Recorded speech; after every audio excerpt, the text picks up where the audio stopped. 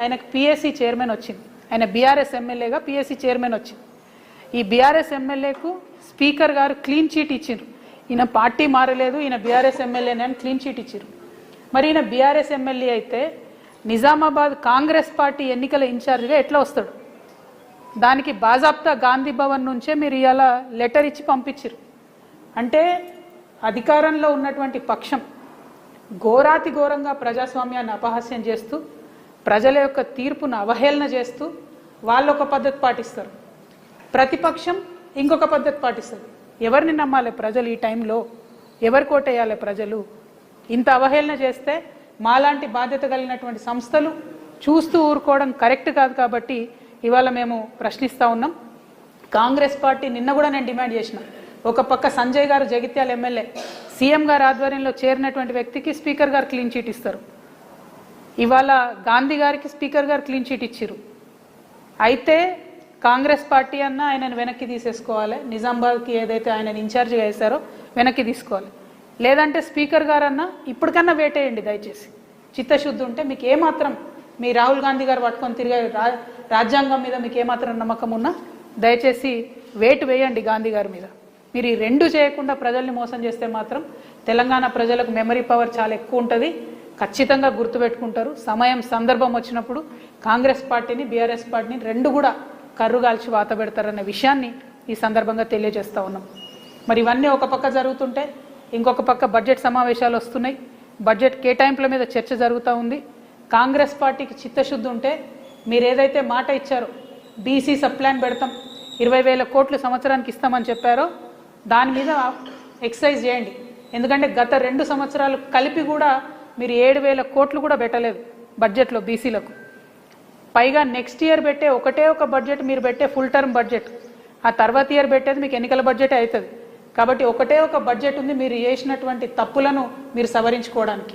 మీరు ఏదైతే రైతులకు ఇవ్వనటువంటి రైతు భరోసాలు ఉన్నాయో, ఆర్టీసీ విలీన ప్రక్రియ ఉందో, మహిళలకు ఇస్తా అన్న 2,500 ఉందో, ఉద్యమకారులకు ఇస్తా అన్నటువంటి బడ్జెట్ ఉందో, ఇవన్నీ సవరించుకోవడానికి మీకు ఈ బడ్జెట్ ఒక్కటి మాత్రమే అవకాశం ఉంది. ఈ బడ్జెట్లో బలంగా మీరు ఇచ్చినటువంటి హామీలన్నీ నిలబెట్టుకునేటటువంటి ప్రయత్నం చేయాలని చెప్పి నేను ప్రభుత్వాన్ని డిమాండ్ చేస్తూ ఉన్నాను. అదేవిధంగా ఉద్యమకారులు మరి అన్ని గ్రామాల్లో ఉన్న ఉద్యమకారులను బీఆర్ఎస్ పార్టీ విస్మరించిందని వారు బాధపడతా ఉన్నారు. ఆ బాధతోని ఆక్రోషంతోని వాళ్ళు కాంగ్రెస్ పార్టీకి మొన్నటి ఎన్నికల్లో ఓటేసి గెలిపించడం జరిగింది. మరి ఆ ఉద్యమకారుల పక్షాన తెలంగాణ జాగృతి నిలబడి ఏదైతే కాంగ్రెస్ పార్టీ హామీ ఇచ్చిందో ఆ హామీలన్నీ కూడా మరి అమలయ్యే వరకు పోరాటం చేస్తామని చెప్పినాం, భూ పోరాటాలు చేస్తామని చెప్పినాం. మొన్న కరీంనగర్లో ప్రభుత్వ భూమిని మేము అక్కడికి వెళ్ళి వంట వార్పు చేసి ఈ భూమి ఎప్పటికైనా ఉద్యమకారులదే అని చెప్పి రావడం జరిగింది. మరి మళ్ళొకసారి రాష్ట్ర వ్యాప్తంగా ఉండేటటువంటి ఉద్యమకారులందరినీ కలిసి ఉమ్మడి కార్యాచరణ రూపొందించడానికి ఉద్యమకారుల ఆత్మగౌరవ సభ అని తెలంగాణ జాగృతి ఆధ్వర్యంలో ఈ నెల 12వ తారీఖున ఆర్టీసీ కళ్యాణ మండపంలో పెట్టబోతా ఉన్నాం. దానికి రాష్ట్ర వ్యాప్తంగా ఉన్నటువంటి ఉద్యమకారులందరినీ కూడా మేము ఆహ్వానిస్తూ ఉన్నాం.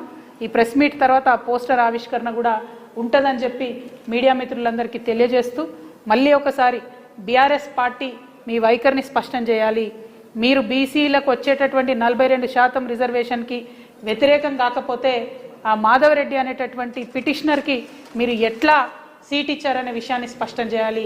రెండవది, కాంగ్రెస్ పార్టీ మీరు గాంధీ గారిని కాంగ్రెస్ పార్టీ నుండి తొలగిస్తారా లేకపోతే స్పీకర్ గారు నిర్ణయం వెనక్కి తీసుకుంటారా కాంగ్రెస్ పార్టీ స్పష్టం చేయాలి. మరి ఈ డిమాండ్లతోని ఇవాళ ప్రజల ముందుకు మేము వచ్చినాం. ప్రజల్ని దయచేసి ఆలోచించవలసిందిగా కోరుతా ఉన్నాం. ఎన్నికలు వస్తుంటాయి పోతుంటాయి, కొంతమంది ఎన్నికైతుంటారు పోతుంటారు, కానీ ఆయా ఎన్నికలలో ఆయా పార్టీల వైఖరి ఏందన్నది మాత్రం మనం గుర్తుపెట్టుకోవాల్సినటువంటి అవసరాన్ని దయచేసి మేధావులకు, విద్యార్థులకు, మహిళలకు గుర్తు చేస్తూ మీ అందరి దగ్గర నేను సెలవు తీసుకుంటున్నాను. Thank you. జై తెలంగాణ, జై జాగృతి.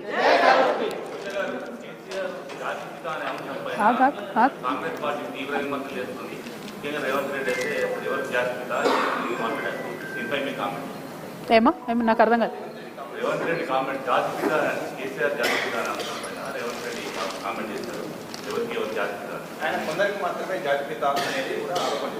అంటే ఒక్క విషయం అండి, ఎవరు ఏం చేసినా తెలంగాణ ఉద్యమంలో మనందరం చేసిన ఉద్యమాలకు మనకంటూ ఒక పేజీ ఉంటుంది, ఒక చరిత్ర ఉంటుంది. కేసీఆర్ గారికి మాత్రం ఒక పుస్తకమే ఉంటుంది.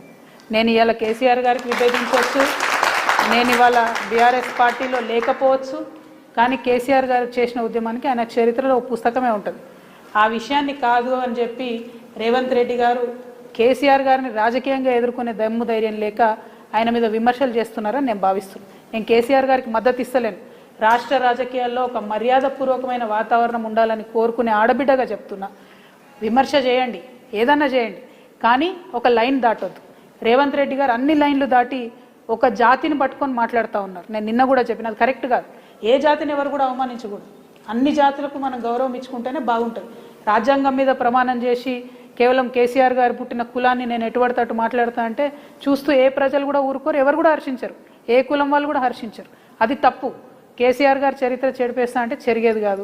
అట్లనే రేవంత్ రెడ్డి గారి చరిత్ర కూడా చెరిగేది కాదు. అది మంచిదా చెడ్డదా ఆయన నిర్ణయించుకోవాలి, నాకు అనవసరం. కానీ ప్రజల హృదయాలను గెలుచుకొని ఎప్పుడైనా రాజకీయాలు చేయాలి, కానీ అవతలోని తిడితేనే రాజకీయం చేస్తాం అనుకుంటే అది కరెక్ట్ కాదు. నేను రేవంత్ రెడ్డి గారి వాక్యాలను నిన్న కూడా ఖండించాను, ఇవాళ కూడా ఖండిస్తున్నా. ఇటువంటి భాష తెలంగాణ రాజకీయాల్లో ఉండకూడదని చెప్పి నేను మనస్ఫూర్తిగా నమ్ముతా ఉన్నాను. Thank you. మేమా మున్సిపల్ ఎన్నికల్లో మా వాళ్ళు చాలా చోట్ల నిలబడ్డారు. అందరూ సింహం గుర్తు మీద నిలబడ్డారు. నేను ప్రజలందరిని ఒకటే కోరుతా ఉన్నా, రెండు పార్టీల వైఖరి మీరు చూసిండ్రు. కాంగ్రెస్ వైఖరి ఎట్లా ఉందో, బీఆర్ఎస్ వైఖరి ఎట్లా ఉందో, ఇక బీజేపీతోనైతే మనకు సంబంధమే లేదు. కాబట్టి ప్రజలందరినీ రిక్వెస్ట్ చేస్తున్నా, మాలాంటి వాళ్ళు, కొత్తగా వస్తున్న వాళ్ళు, సింహం గుర్తు మీద నిలబడ్డ వాళ్ళు, ఇండిపెండెంట్గా పోటీ చేస్తున్న వాళ్ళు, సిపిఎం పార్టీ వాళ్ళు, న్యూ డెమోక్రసీ లాంటి వాళ్ళు, ప్రశ్నించే తత్వం ఉన్నటువంటి ప్రతి ఒక్కరిని కూడా గెలిపించమని నేను రిక్వెస్ట్ చేస్తున్నాను. Thank you.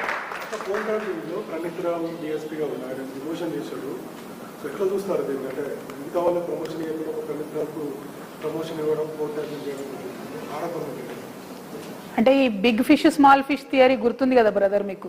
స్మాల్ ఫిష్ని పట్టుకొని బిగ్ ఫిష్ని ఇడిచిపెట్టుడు అన్నది ఫోన్ ట్యాపింగ్లో కూడా అదే జరుగుతుందని నాకు అనిపిస్తుంది. ఇప్పుడు ప్రణీత్ రావు అనే అతను డిఎస్పీ, తనని డిమోషన్ చేశారు. మరి ఎందుకోసం డిమోషన్ చేశారు అనేది ప్రభుత్వం అయితే ఇక్కడ చెప్పలేదు. కానీ ఈ స్మాల్ ఫిష్ని చూపించి మరి ఈ ప్రణీత్కి ఆర్డర్ ఇచ్చినటువంటి బిగ్ ఫిష్లను వాళ్ళని వదిలేస్తారా ఏంది అన్నది ప్రభుత్వమే ఫ్యూచర్లో చెప్పాలి.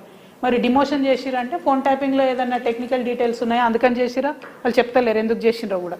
సో ప్రణీత్ రావు లాగానే చాలా మందికి కూడా డిఎస్పీ ప్రమోషన్లు వచ్చినాయి, ఇదివరకు కూడా కాంగ్రెస్ ప్రభుత్వంలో వచ్చినాయి, టీఆర్ఎస్ ప్రభుత్వంలో వచ్చినాయి. సో డిపార్ట్మెంట్ని ఇట్లా డిమోరలైజ్ చేయకుండా, ప్రభుత్వాలు మారినప్పుడల్లా అధికారులను వేధించకుండా, దయచేసి పొలిటీషియన్స్ మనం ఆదర్శంగా నిలబడాలి. అసలు ఎందుకు చేసిరనే విషయం ప్రభుత్వం క్రిస్టల్ క్లియర్గా చెప్పాలి. ఒకటి. రెండు, అసలు ఇది ఎప్పుడు కంక్లూడ్ అవుతుందో చెప్పాలి. చూడలేక వస్తున్నాం ఈ టీవీ సీరియల్ని మనం. Thank you.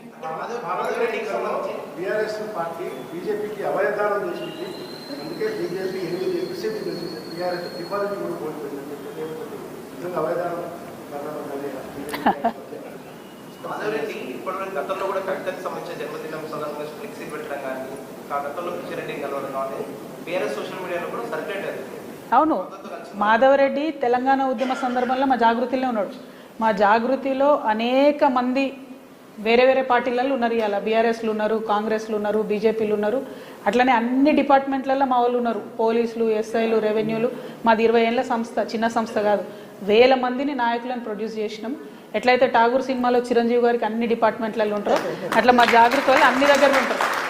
అయితే మా కర్మ ఏంటంటే మీ పిల్లగాడు పోయిండు, బయటకు పోయి ఏదో కమ్యూనిటీ ఆర్గనైజేషన్ పెట్టుకున్నాడు, మరి పనిచేస్తాడు.